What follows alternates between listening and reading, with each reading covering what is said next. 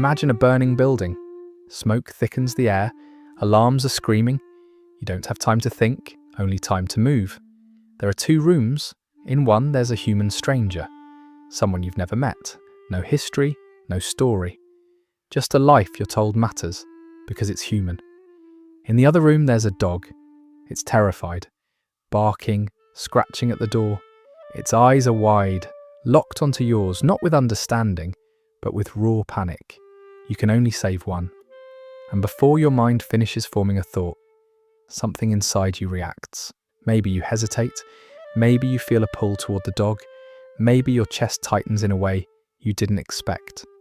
If that happened, even for a split second, you're not alone, and you're not broken. More and more people are willing to admit something that used to stay hidden. They feel a faster, stronger surge of empathy for animals than for other humans. They grieve their pets more deeply than distant relatives.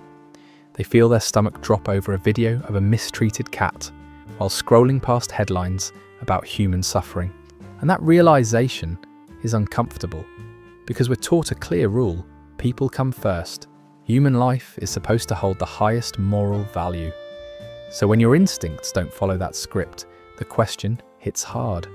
What does that say about you? About us? Are we becoming colder toward people? More detached? Even misanthropic? Or is something else happening beneath the surface? Something psychological, biological, and deeply human that we've never been taught how to recognize? That's where this conversation really begins.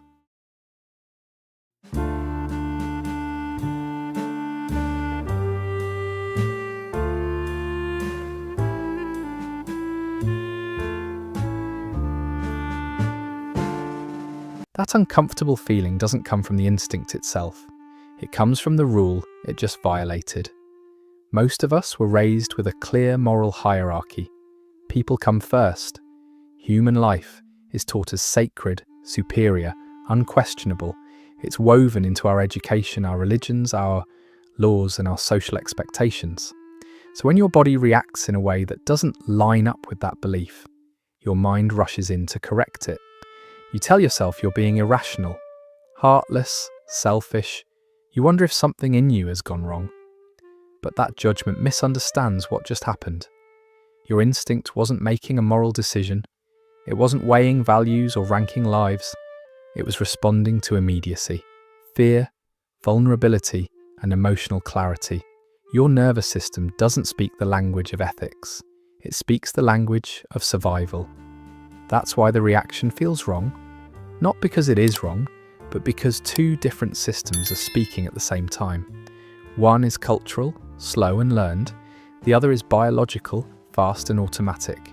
When they don't agree, we experience that clash as guilt.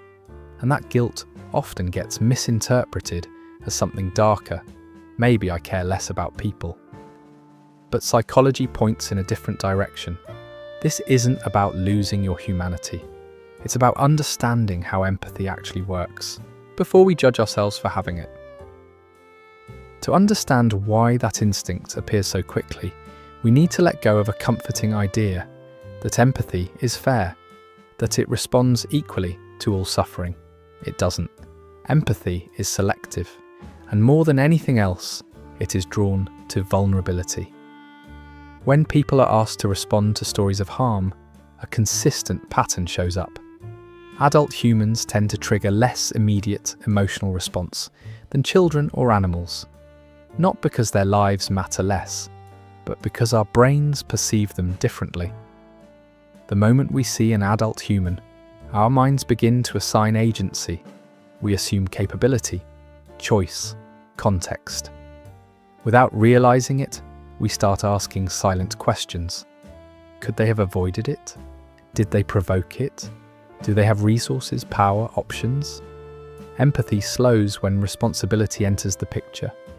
But when the victim is clearly defenseless, an infant, a puppy, a frightened animal, those questions disappear. There is no imagined backstory that explains the pain away. The suffering feels undeserved, absolute, and urgent. Nothing interferes with the protective response. This is what psychologists refer to as the empathy gap. Not a gap between humans and animals, but between those we perceive as powerful and those we perceive as powerless. Your nervous system is built to respond fastest to beings that cannot protect themselves. It prioritizes innocence over similarity, vulnerability over identity. That mechanism evolved long before moral philosophy or social rules existed. Its job was simple: protect what is most at risk. This is why a single image of a hurt animal can overwhelm us emotionally, while large-scale human suffering can feel distant or numbing. Complexity dilutes empathy. Ambiguity weakens it. Scale overwhelms it. So when your reaction pulls harder toward an animal, it isn't making a statement about whose life is worth more. It's responding where vulnerability is clearest and where empathy doesn't have to argue with judgment first. That response may feel confusing, but it is not evidence of cruelty. It's evidence of how deeply your system is wired to protect the innocent before it ever has time to think.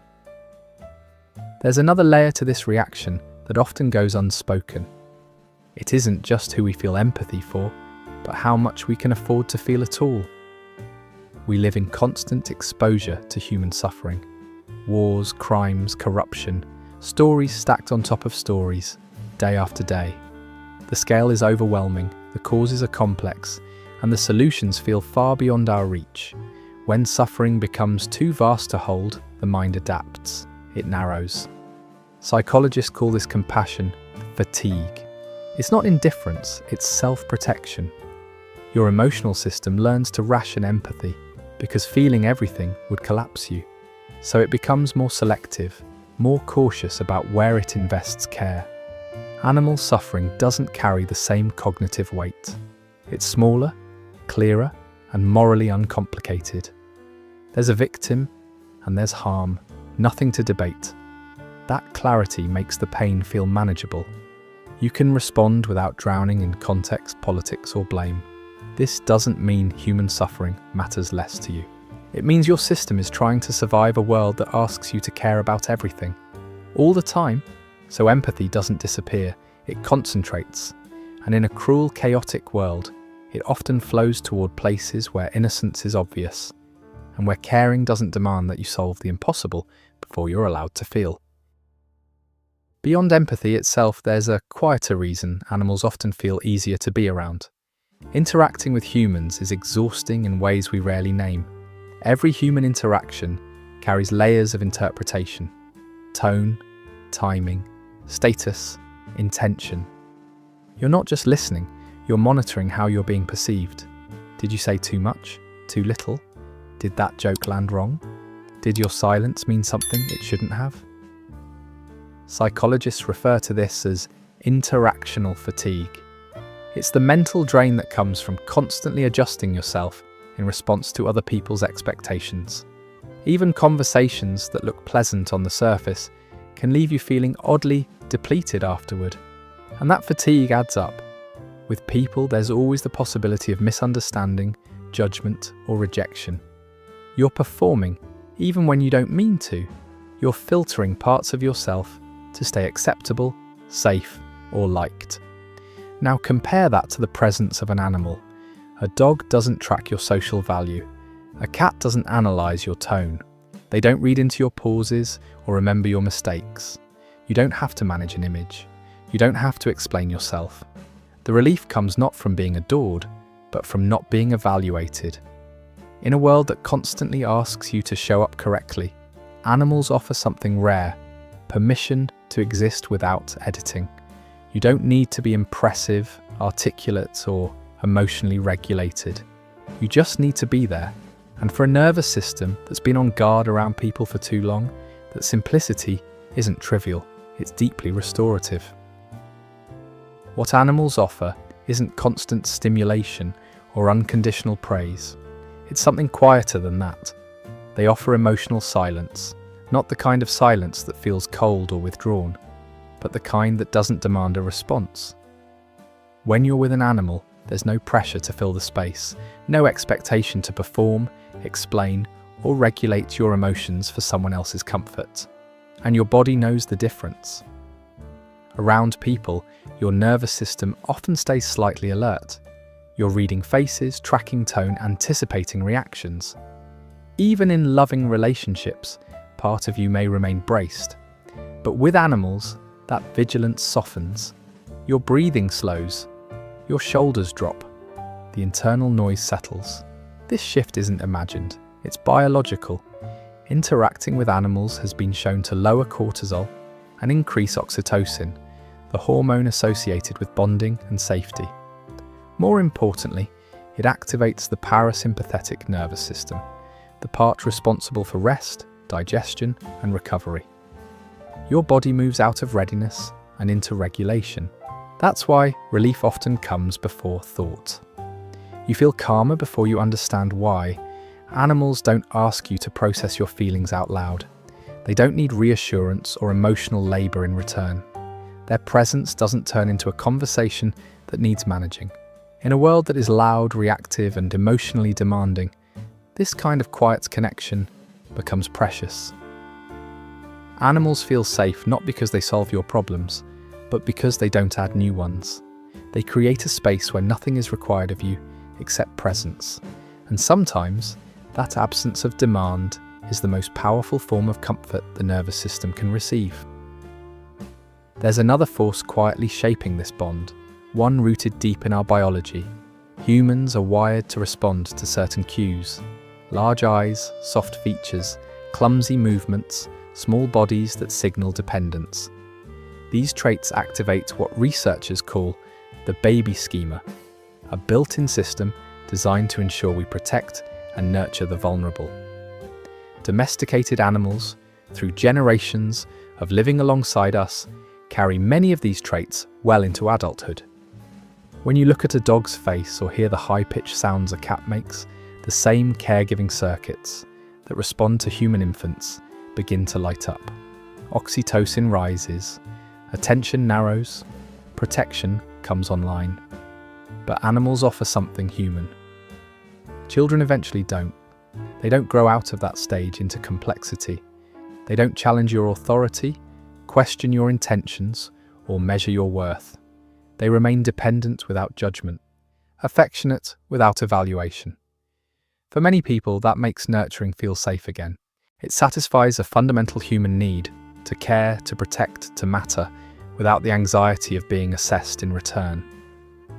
You're not being graded on your patience, your success, or your emotional maturity. Your care is enough. In a world where even love often feels conditional, animals allow us to give without fear of failing. They let the nurturing instinct exist without being weighed, corrected, or criticized. And for a nervous system used to earning approval, that simplicity can feel like relief. For many people, the preference for animals isn't just about comfort, it's about safety. When someone has been hurt repeatedly through bullying, emotional neglect, betrayal, or unpredictable relationships, their nervous system learns a quiet lesson. Connection is risky. This isn't a belief you choose. It's a pattern your body absorbs over time. In those environments, the system adapts. You become alert to tone shifts, facial expressions, small changes in energy. Your body stays ready, braced for the moment something turns. Psychologists describe this as hypervigilance, but from the inside, it simply feels like never fully relaxing around people. Sometimes the response goes even further. Instead of anxiety, the system shuts down. Words disappear, emotions flatten. This is the freeze response, when engagement feels more dangerous than distance. From the outside, it can look like withdrawal or indifference. From the inside, it feels like being locked out of your own reactions. Animals don't trigger these defenses. They don't criticize, manipulate, or suddenly withdraw affection. They don't punish vulnerability or use it against you later. There's no social power dynamic to navigate, no emotional trap hidden in the interaction. Because of that, the nervous system responds differently. The threat response quiets. The body allows closeness without scanning for danger. For the first time, connection doesn't require armor. In attachment terms, many people who struggle with insecure or avoidant bonds with humans form remarkably secure attachments with their pets, not because animals replace people, but because they offer a bridge, a way to experience touch, presence, and affection without the fear of betrayal. From this perspective, preferring animals isn't avoidance, it's regulation. It's the psyche choosing a form of connection that meets the need for closeness while minimizing the risk of harm. A solution shaped by survival, not cynicism. And once you see it that way, the preference stops looking like withdrawal from humanity and starts looking like an intelligent response to what your nervous system has already lived through. This sense of safety isn't accidental. In attachment theory, a safe haven is a presence you return to when the world feels overwhelming, a place where your nervous system can settle without being challenged or corrected. For many people, animals have quietly taken on that role. What's striking is how secure these bonds often feel. People who struggle with closeness, trust, or consistency in human relationships frequently experience deep stability with their pets. There's reliability, predictability, affection that doesn't fluctuate based on mood, status, or performance. At the same time, another psychological process is at work: anthropomorphism. We talk to our pets, we interpret their gestures as understanding, their presence as empathy, and while that might sound like projection, it reveals something important. We don't project chaos onto animals, we project our ideals: loyalty, patience, forgiveness, emotional availability. We imagine in them the qualities we long to encounter, without manipulation, without hidden costs. In a sense, the animal becomes a container for the kind of human connection that feels too rare or too risky to expect from people. This doesn't mean the bond is fake, it means it's reparative. We're not escaping humanity through animals, we're rehearsing it, experiencing closeness without fear, learning what it feels like to be met with steadiness instead of judgment. And that matters, because the nervous system learns through experience, not insight. Each moment of safety rewrites expectation. Each quiet, consistent bond softens the belief that connection must hurt. In that way, animals don't pull us away from human relationships. They quietly remind us what safe connection was always supposed to feel like.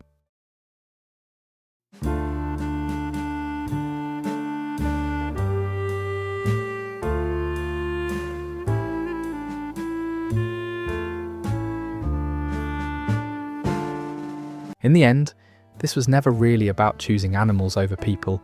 It was about what feels safe to love. Preferring animals doesn't mean you lack empathy for humans. It means you may be tired of navigating disappointment, judgment, and emotional complexity. It means your system has learned, often through experience, that connection with people can cost more than it gives. Animals don't demand explanations. They don't keep score. They don't turn vulnerability into leverage, so they become a place where care feels possible again. But here's the part that often gets missed. Animals aren't replacing human connection. They're holding a space for it.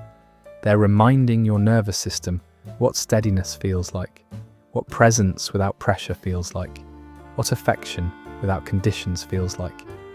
And once your body remembers that, something important shifts. You may begin to notice that you don't need everyone to feel safe, just the right people.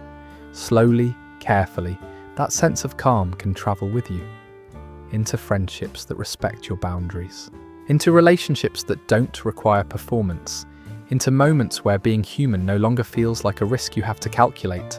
Loving animals more was never the point. Protecting your capacity to love was. If this video put words to something you felt quietly, or helped you see your own reactions with more compassion, you're not alone here. This channel explores the deeper, quieter patterns of the human mind, without judgment and without pressure. If you'd like to continue these conversations, consider subscribing. And if any part of this resonated with you, leave a comment below. Your experience might help someone else feel understood too. Thank you for watching.